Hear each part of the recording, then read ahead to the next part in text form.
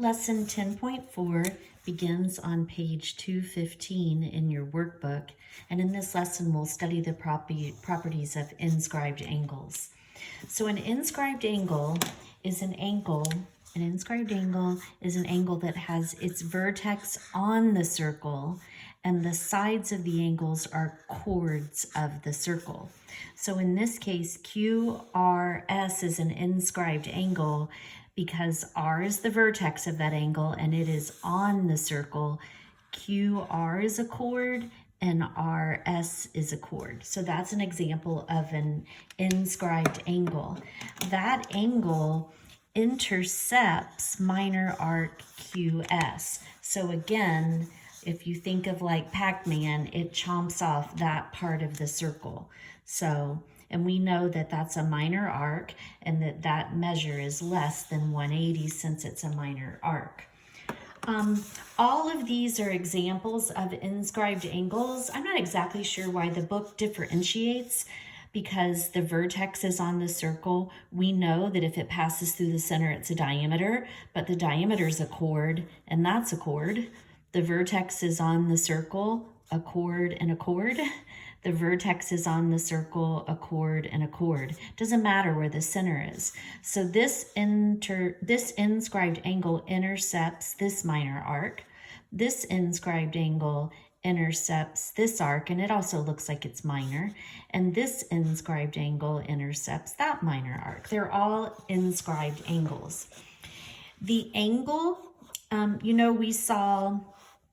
we saw if we had a central angle, so if we had an angle whose vertex was at the center of the circle and the sides were radii, then if this was 61 degrees, if the arc was 61 degrees, then so was the measure of the central angle. They're equal. That's not the case with inscribed angles.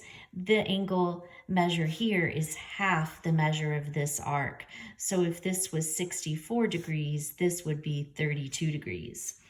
If this was 44 degrees, that would make the measure of this arc 88 degrees. It's double the measure of the inscribed angle. So if this was 22 degrees, then this would just be 11 degrees.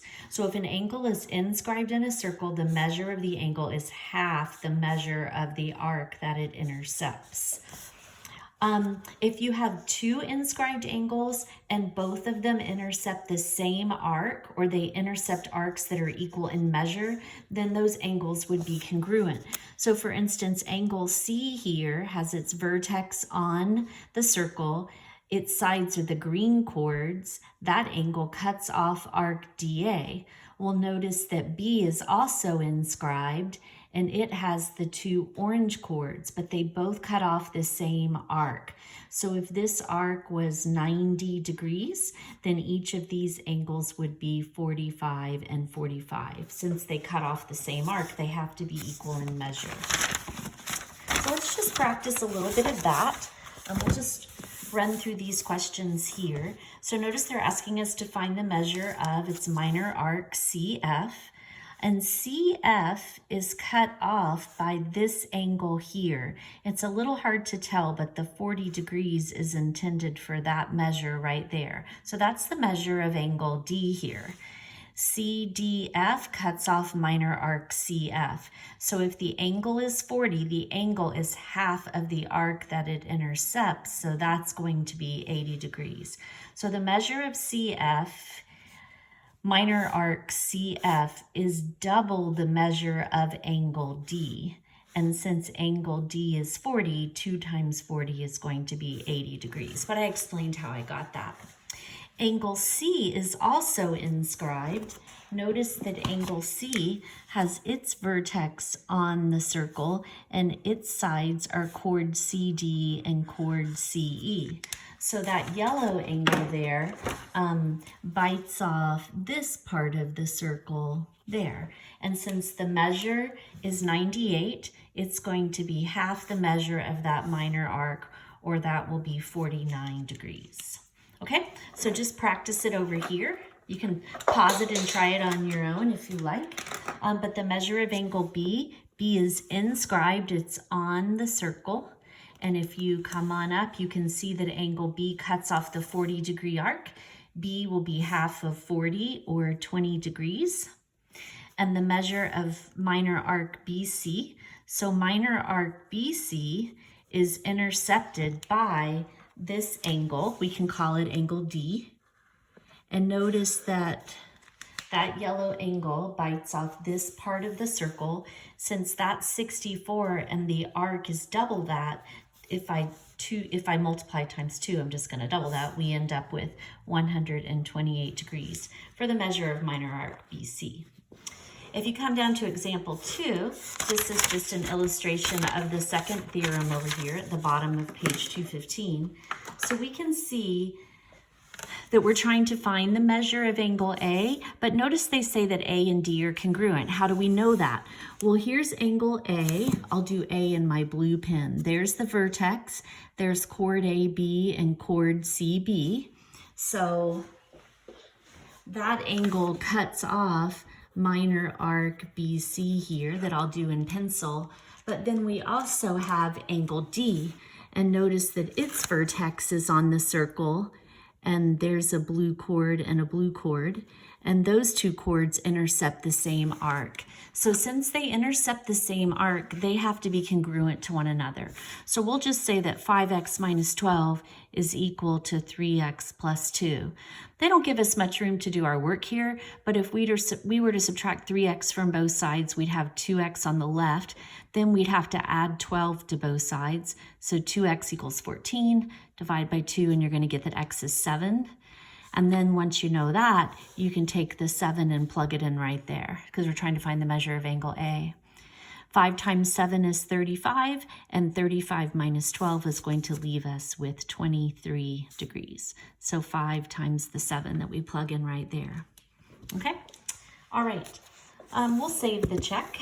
Let's go ahead and let's look now at the bottom of page 217 at inscribed polygons. So inscribed, these are inside. It kind of sounds like that. They're inside the circle, but all of the vertices of the polygon lie on the circle. So we're going to look specifically at triangles and quadrilaterals. There are lots of ways a triangle could be inscribed in a circle. I could just have a triangle kind of like that with its 3 vertices on the circle. We could have a triangle that does this and kind of takes up as much as the circle as possible, like that.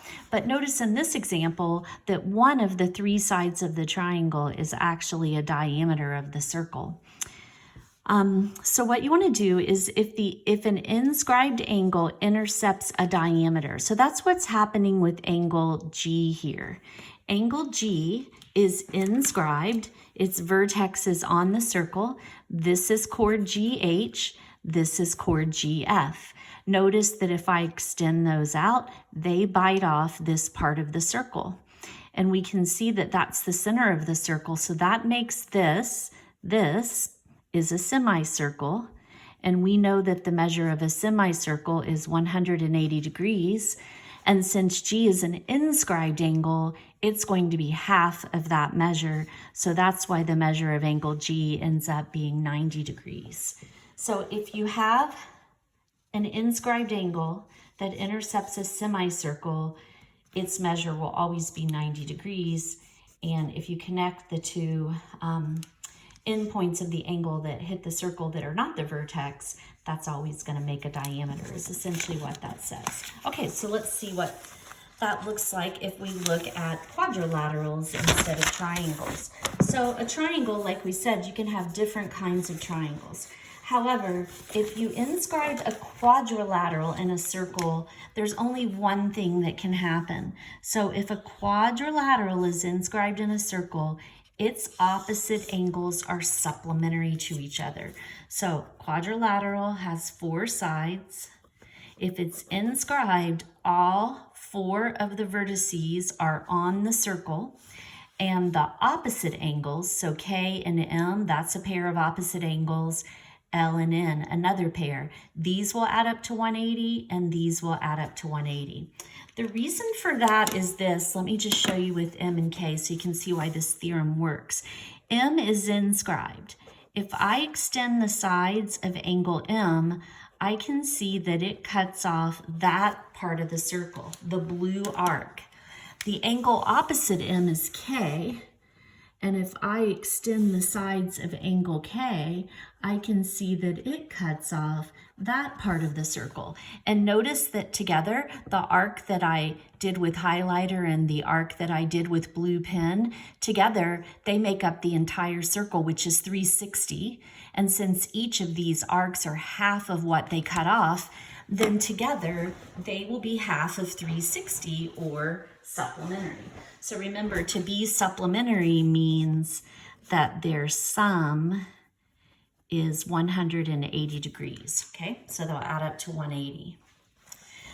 We've seen a circumscribed circle before. So a circumscribed circle is the circle that if you have a polygon, it is basically the smallest circle you can construct that would pass through all 4 vertices of the polygon. And we'll review this type of construction, okay? All right, so let's just look at one example here. We'll go ahead and let's turn the page over to page 220. And let's just do this problem with the ring here. So here's a ring. Notice that we've got a circle that's enclosing the gemstone, and the 4 vertices of the gemstone are all on the ring. So it's a quadrilateral that's inscribed.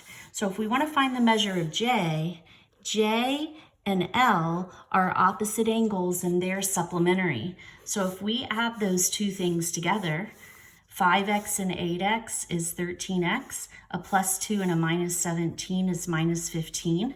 It's going to equal 180. Add 15 and we get that 13x equals 195. And then I'm just going to guess, I'm without a calculator, that when you divide, you actually end up with 15 there. So you're going to get 15, but we're trying to find the measure of angle J. So we're going to take that and plug back in. 5 times 15 is 75, plus 2 will give us 77 degrees, okay? And then to find K, we'll just turn around and do the same thing. Since M and K are opposite angles, they also are supplementary. So 12y and 11y, we have 23y, plus 6 and 13 is 19. That equals 180.